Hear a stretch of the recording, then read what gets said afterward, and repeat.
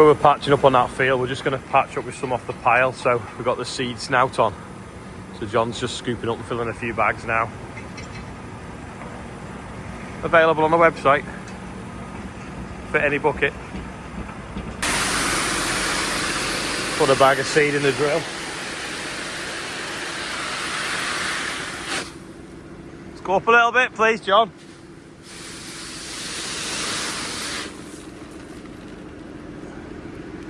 Right. Problem is, it's straight off the pile, so there's the odd little bit of straw in it. Could have done with cleaning it, to be fair. Just got the drill out with the fan running, just to give it a bit of a clean out.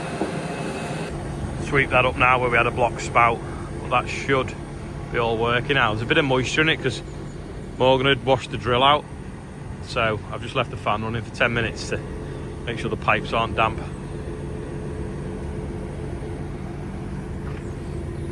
Let's flip this tap off now and then he's in transport mode.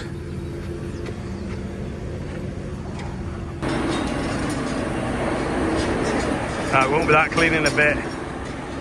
Fuel's here as well, which is good. Now we've been burning a bit, doing some work. Now that didn't drop overnight, so it suggests to me that it's either a valve inside or something in the computer. I don't know. I'll try locking it today. Locking the linkage spool and see if that makes a difference. Let's stick. We only need one bag just to top up for the field I'm doing now. Right, I'm going to lock that, see if it stays up at 84 while I drive to the field. Just looking here, there's a big drain wash there. So again, if we put some pipes down this headland, we'll have somewhere to outlet them to. Rob's just going to patch up this triangle here that's not growing.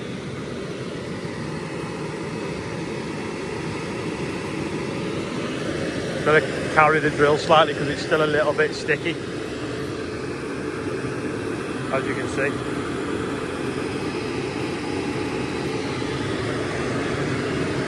He's only ever used this drill on a fence once.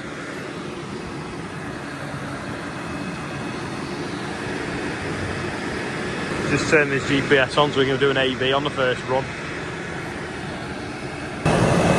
Doesn't look too bad. I think there's a spout slot there though, coming out the boot, the diffuser boot. Just about taking out the wheelings.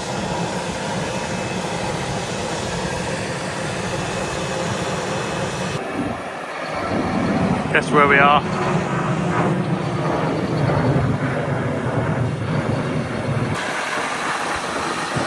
There we go, he's setting up the depth now, messing about a little bit. Looks like it's been ploughed and combi drilled now, doesn't it?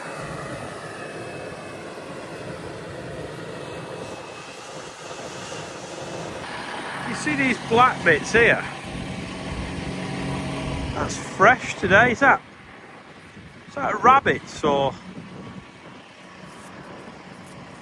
birds done that? Must be rabbits out of the wood, mustn't it?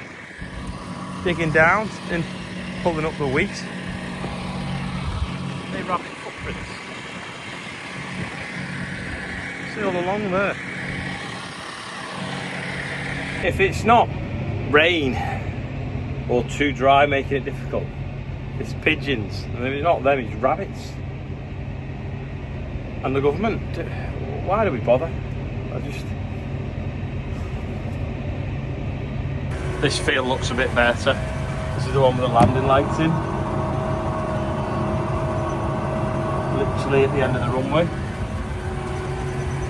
Don't you know whether you remember, but we put a drain to that big hollow the other year. Well, I won't focus, will it? Because the mud on the window. Too clever, these cameras. But it's dry now. It's obviously had water and over winter, but it's dry now. These are obviously the landing lights at the end of the runway. I don't know whether they're LED yet or not. There you go, you can see better now I've turned around. So that used to not empty itself, well it now does because we put a drain across there last year. It has obviously been so wet this winter that the bottom has died, but at least it has drained away and it is now got green around it, but the whole area was terrible. 3 fields left to go. One of them's the one by the yard. Just stopped for a pack of crisps. They are the best flavour of crisps ever. I got sent some at Christmas and I've been saving them. This is where the flood was. It's still, some of it's completely dead, some of it's a bit yellow. We'll see what comes. That there, which is where the ice brought a tree down, sticking to the branches. You see how the landscape's been shaped over years by weather patterns, can't you? This was all underwater at Christmas, but this is greened up, not too bad. This field doesn't have a lot of slope, but there's a ditch held up behind that bank. When we had that heavy rain at Christmas, it reached the bank, came over the top, come down the field towards the tractor. And to be honest, it's quite a gentle slope, but it's proper gorge to track out. Literally where the legs of the Toronto had gone, it's cut a groove right to the bottom of them. Brought all the soil and stones and then deposited them here. Sand and stone. And then sort of all settled around here. And this must have been where it hit the body of water that was already there. So obviously it slowed down then. But this is, you see, I don't know, about 6 inches thick. Deposit of silt. But that, I bet there's only 2 foot fall from over there to here. You wouldn't call it sloping ground at all.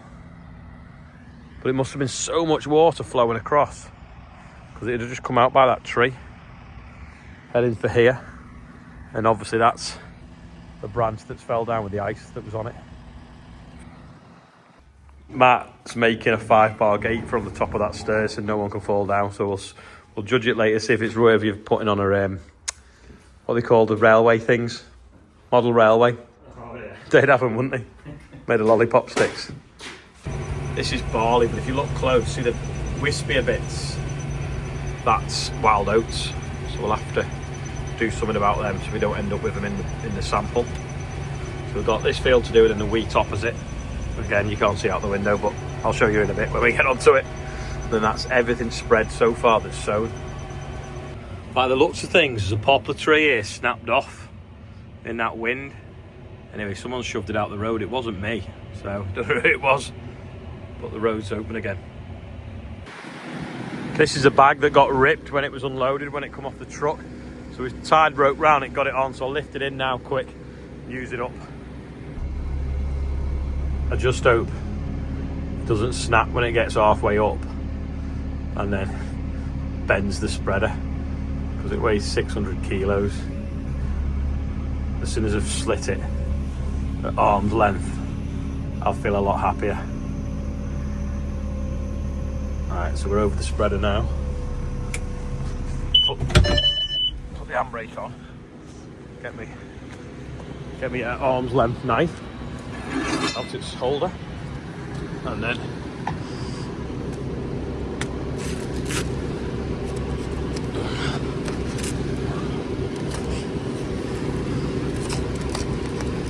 there we go.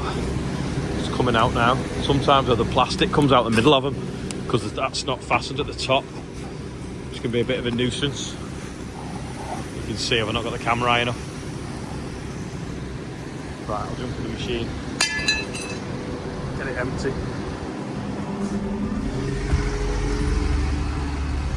Yeah, there's like a Hessian bag and then a plastic bag on the inside, but they're tied together at the top, and if they're ripped at the top, sometimes the plastic bag will come out of the middle, which is a nuisance.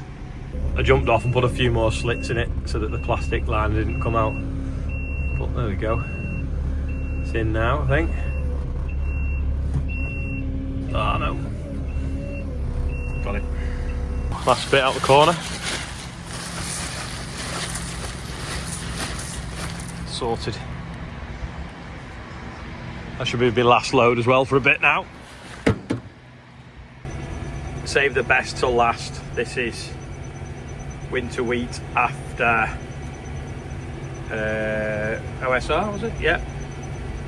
So looks really good, probably because, I mean, all the agronomist thinks it's because it had biosolids on 2 years ago, but it might be because the oilseed rate was so poor. There was lots of residual nutrition left in the ground. So yeah, it looks well. I mean, you've obviously got these manholes here, so there's some bare patches around the manholes. Well, we've not sown around them, but yeah, it looks great. Just in the back, scooping some from one side to the other to make sure it's even for when it runs out. But I've got to go down that pass and back up the other, so I might be a little bit short, which is a bit annoying. I might drop the rate to half rate, do it all, and then at least it's all had some. And then remember for next time to up the rate slightly. I don't want to open another bag, so in case it gets a bit sticky inside if it gets damp in the next few weeks. I don't know what I did then, but I've been on the phone and I added up wrong and I probably put 3 bags in instead of 4, so actually I've run out. So I'll stick another bag in now, shoot back, finish the field, and then yeah, too many phone calls. See, it's pretty empty. I did get my sums right. The only thing I didn't do is I should have turned it before, because I've got 250 kilos of soil stuck to it, which is what has thrown it out. If I'd have had that extra 250 kilos of fertiliser, I would have had enough to finish the field.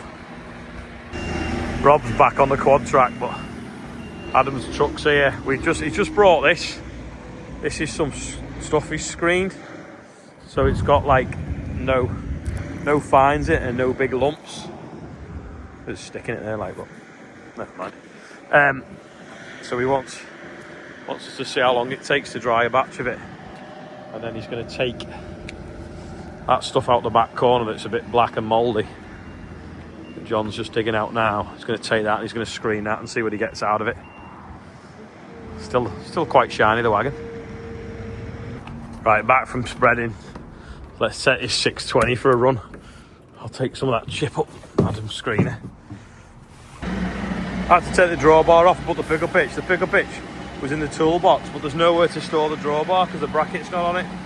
Unless I'm being stupid, but normally they're under there and I can't see it. I'll have to remember to put it back on later. Just tipping the water out the trailer before I fill it and get a turn in. That's all sloshed out now, probably missed getting the tidal wave on camera.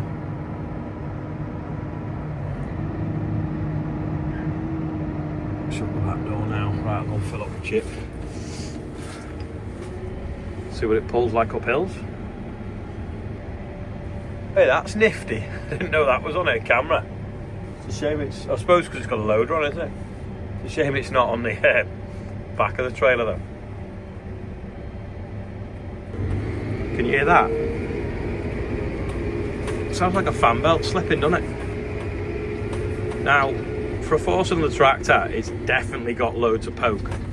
But considering I've been driving a 300 horsepower tractor all week, it does feel flat. But obviously it's 2/3 the size. And the other thing as well is it's a little bit twitchy. Now I know I've got a big trailer on the back, but there's only 12 ton in it, and it might be the tyres on it because they're only narrow tyres, but you just feel like you're correcting it a bit to keep it in a straight line. Feels like the trailer's bossing it more than I thought it would, but that equally could be because I haven't driven a 4-cylinder tractor for a long time on small tyres. But yeah, it's got loads of poke for a 4-cylinder, but it equally is no 6-cylinder monster. We went from daylight to dark pretty quick. Now this hasn't got UTV LEDs on it, it's got Fent ones. It's pretty decent to be fair. Probably don't go as far across the field, but from out the factory, better than halogen I would say. That's just normal headlights, and then that's work lights. Right, this is today's birthday one. We've got Ben Bottling, I think it's 36. John the Lineman Nicholas is on there. Ian Germany is 45. Rich Moore is 50. Evan Brewer is 8. Sean Graydon is on there, and Denise Greig, is it pronounced? Greig? Not really sure, but happy birthday anyway, and we're nearly at 85,000, so happy birthday everyone on there and anyone else whose birthday it is today. Good job Oscar's here tomorrow, because that's needing a bit of a bath. Got all that stuck on there.